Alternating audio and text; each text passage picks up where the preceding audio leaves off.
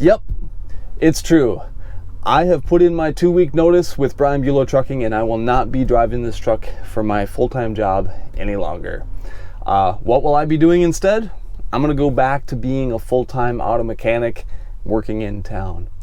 So, what does this mean? What does this not mean? Let me just take a couple minutes and just give it to you guys from the heart, and tell you that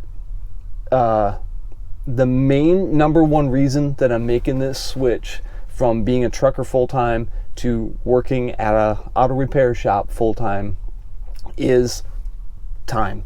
And by that, I mean that you can figure out ways to earn more money with your time, but each one of us is stuck at 24 hours in a day. And so if you can figure out a way to give yourself more time in your day, or more time to be able to do the things that you're passionate about and that you love, that's even better than getting a raise in pay to me. And so that's what I've essentially been able to do by switching to my new job. Is I'm going to get about 2.5 to 3 hours more per day, and so that adds up to 15 hours in the week, if not more, that I can actually spend with my family. I can spend doing projects with my sons, who are now teenagers and are really into cars and trucks and semis and tractors and working with their hands, and they want to spend time with me in the shop doing things like that. And I love that.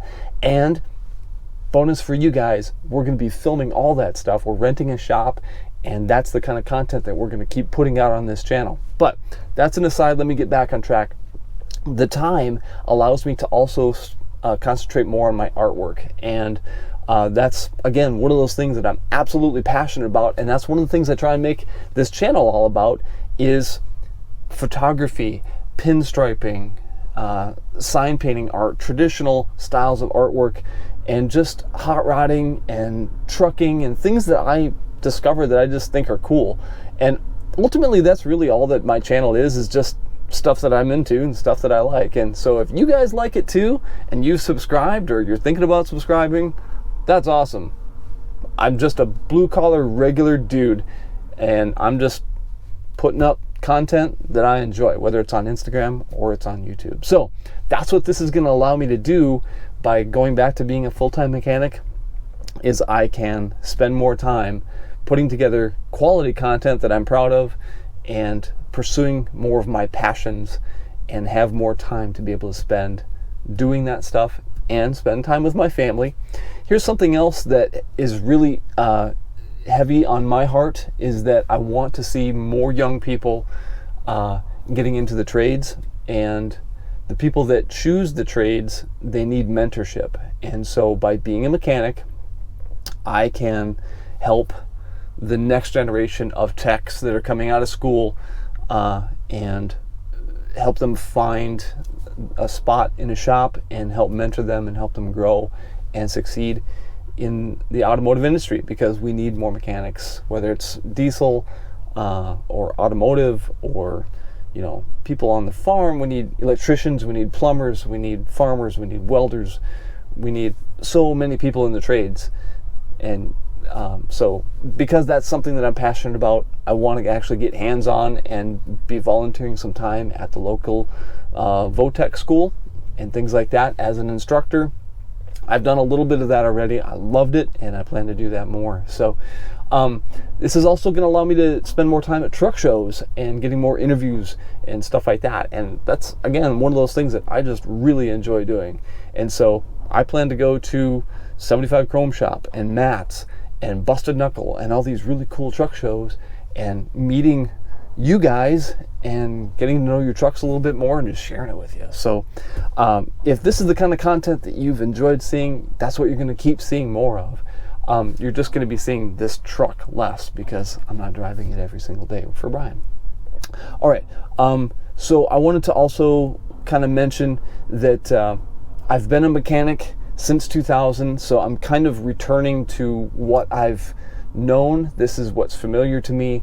I love working with my hands. I love getting dirty, and so I'm going to keep my CDL. I'm still going to be a trucker. I still have my tanker. I have my hazmat, doubles. To me, once you're a trucker, you're always a trucker. And so my favorite day of the week has always been Saturday, because that's when we're diving under the hood or rolling around on creepers, greasing and changing oil and doing tires and brakes and all the maintenance on our trailers and trucks. And so to go back to being a mechanic full-time, 5 days a week, I'm thrilled about that. Saturdays are going to be spent with my sons in the shop that we're renting, where we're going to be doing the Crown Vic and F-150 body swap, body drop. We're putting my son's pickup on top of a Crown Vic. We've already begun progress on that, so stay tuned. That's going to be an ongoing series that we're starting, and we're already having a blast with it, so I can't wait to show you that. Something else that I wanted to also mention is that one of the factors in me deciding to climb out of the cab and not go trucking full-time anymore is because I absolutely despise winter trucking. Now, I live in Minnesota, so winter driving has been a part of my life forever, and I'm used to driving in snow and ice. But when it comes to being in an 18-wheeler, having loads, and being responsible for all the people and things that are around me, and having to wake up at 3 a.m. and look at the radar and be like, oh, should I go out there? Should I not? Are the plows going to be out? It's a whole level of stress that I really, really hate. And maybe a lot of you can relate to that. I know it's a part of life, especially up here in the north. We just deal with winter, and it's part of what makes us who we are. But if I have the choice to spend wintertime wrenching in a warm shop and not behind the wheel out on the road, yeah, a nice warm shop sounds great. There's gonna be things that I miss about trucking, I guarantee it. It's been one of those things that's been really heavy on my heart, but I can confidently say that going back to being a technician and being the manager at this shop and being in charge of the guys in the back of the shop, I won't be running the front of the shop. In other words, I'll be talking with customers, ordering parts and things like that, but I'm not going to be doing the billing and scheduling and things like that. That's going to be handled by Brett and Judd and the other guys up front in the shop. But I'll be in charge of the techs and just making sure things are running smoothly back there in the shop, and just doing medium duty work, and again mentoring some of the young guys that come into our shop part-time and full-time. So I'm excited. This is a return home for me, because I've already worked at this shop previously 7 years ago, and so I'm not really nervous, even though I might have more responsibilities than when I left, but I'm more excited than anything. It's gonna be good. So I hope that you guys will follow along with me, because this is honestly just a left turn in my career. People change, situations change, channels change, but I don't think that my channel is going to change all that much. I hope you'll stick with me. I hope you'll follow along. You're going to continue to see trucker content. You're going to keep seeing artwork. You're going to keep seeing hot rod stuff, projects that we have going on. And so I look forward to showing it to you. If I lose some subscribers because of this, that's unfortunate. But I'm pretty confident we're going to gain some subscribers too. So thank you to each one of you that have supported my content and my channel all the way through. Thank you for everybody that goes over and interacts with me directly on Instagram, because that means a whole lot. It really does. I just don't spend my time in the comment section here on YouTube. In the past, when I have at the very beginning, it really wasn't healthy or helpful at all. And so I decided from the beginning, I'm going to stay on one platform, and you can direct message me there at Instagram. It's at Flannel_Phillip. So head over there.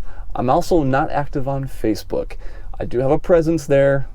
Just it redirects you to Instagram or to the YouTube channel. So I look forward to what's in store in the future, and so I'm thankful for all of you checking out the merch that we have over at GoShineOn.com. I appreciate each one of you and your helpful comments and sticking with me, and it's gonna be good.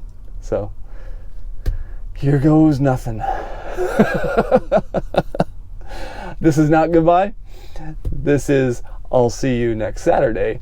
And Monday is going to be a new interesting one as I start this adventure coming up. So pray for me.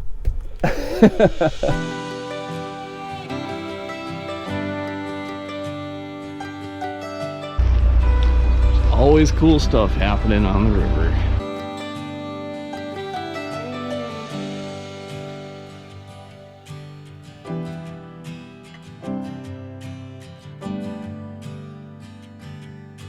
Let me show you a little bit about what these guys do here. So down by the river, that's where all the salt is coming off. And you can see that they're picking it up with the clamshell. Bring it over. Dump it into the hopper. That'll feed the white salt up the conveyor, and then it gets mixed with the chemical that's in these green tanks right here. And that's where the green is added in the mixer. Goes up that conveyor, comes out as the treated salt that we're actually hauling. So that's what this place does. They'll have untreated salt, a couple different flavors, and then the treated stuff. That's what's being made right now. And I'll also point out, we'll pull on, get our empty weight, we'll back off.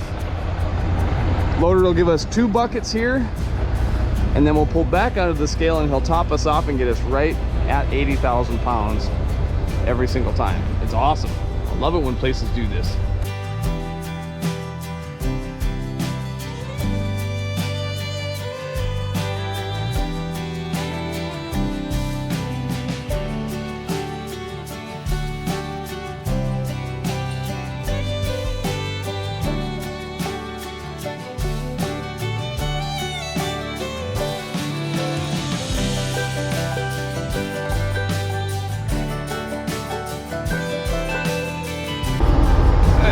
It up and across town.